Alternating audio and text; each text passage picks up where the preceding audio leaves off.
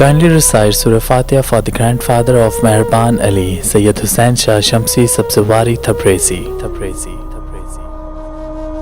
اللہ کے نبی حضرت سلیمان علیہ السلام اللہ سے دعا مانگتے تھے کہ اے میرے اللہ مجھے وہ مقام عطا کر جو نہ مجھ سے پہلے کسی کو ملا ہو اور نہ ہی میرے بعد کسی کو ملے۔ تو بس اللہ نے اپنے نبی سلیمان کے لیے تمام مخلوقات کو ماتحت کر دیا۔ جنات، پرندے، کیڑے مکوڑے، جانور، انسان سب آپ کی بات سنتے تھے، آپ کے حکم کو تسلیم کرتے تھے۔ آپ کے تخت کو ہوا اپنے کندھوں پہ اٹھائے چلتی تھی، آپ پرواز کیا کرتے تھے۔ ایسے ہی شان و شوکت سے آسمان پہ سلیمان علیہ السلام کا تخت گزر رہا تھا۔ حضرت سلیمان نے زمین کی طرف دیکھا، ایک عورت منہ پہ مٹی لگی ہوئی عجیب حال میں پاگلوں کی طرح پھر رہی تھی۔ اللہ کے نبی سلیمان نے سوچا کہ اس پاگل عورت سے کون شادی کرے گا۔ اللہ کو یہ بات ناگوار گزری تو بس تخت سلیمان جیسے ہی بڑھتے بڑھتے دریا تک پہنچا۔ جو انگوٹھی سلیمان علیہ السلام کے ہاتھ میں پہنی تھی وہ ہاتھ سے اتر کے پانی میں گر گئی۔ جیسے ہی انگوٹھی کا پانی میں گرنا تھا وہ فضا، جنات، پرندے، کیڑے مکوڑے سب سلیمان علیہ السلام کی شخصیت سے ناواقف ہونے لگے اور تخت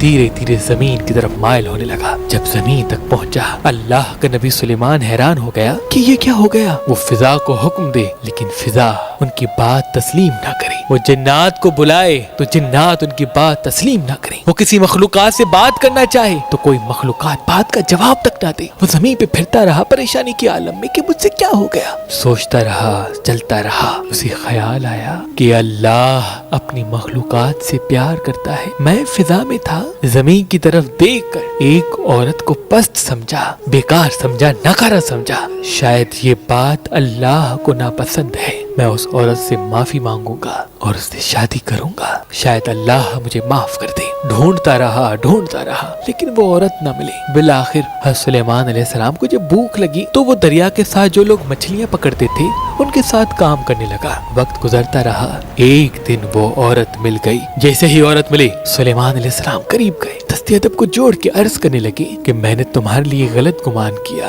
تم میں عیب تلاش کیا۔ میں یہ بھول گیا تھا کہ تمہیں میرے خالق، میرے مالک اللہ نے بنایا ہے۔ کیا تم مجھ سے شادی کرو گی؟ وہ غریب، لاچار اور بدصورت عورت مسکرا کے کہنے لگی کہ اس سے بڑا شرف میرے لیے کیا ہوگا کہ آپ جیسا اتنا خوبصورت جوان مجھ سے شادی کرے۔ مجھ بدصورت سے تو کوئی پیار ہی نہیں کرتا۔ سارا دن لوگوں کی تنقید اور تلخ رویے کا سامنا کرنا پڑتا ہے۔ اللہ کے نبی سلیمان نے شادی کی اور خوش رہنے لگے۔ چند ایام گزرے، حضرت سلیمان علیہ السلام جیسے ہی مچھلیاں پکڑ رہے ہیں تو ایک مچھلی چمک رہی ہے۔ لوگوں نے پکڑا اور آپس میں بات کرنے لگے کہ یہ پوری مچھلی چمک کیوں رہی ہے۔ بس مچھلی کو کاٹنا تھا۔ اس مچھلی کے اندر وہی سلیمان علیہ السلام کی انگوٹھی تھی۔ سلیمان علیہ السلام دیکھ کے اس انگوٹھی کو فوراً اپنے ہاتھ میں پہن لیا۔ اللہ کے کرم سے سلیمان علیہ السلام کے لیے اللہ نے پھر سے ساری مخلوقات کو ماتحت کر دیا۔ وہ ہوا ماتحت، جنات آ گئے، پرندے آ گئے۔ وہ مچھلیاں پکڑنے والے حیران ہو گئے اور معافی مانگنے لگے کہ ہمیں معلوم نہ تھا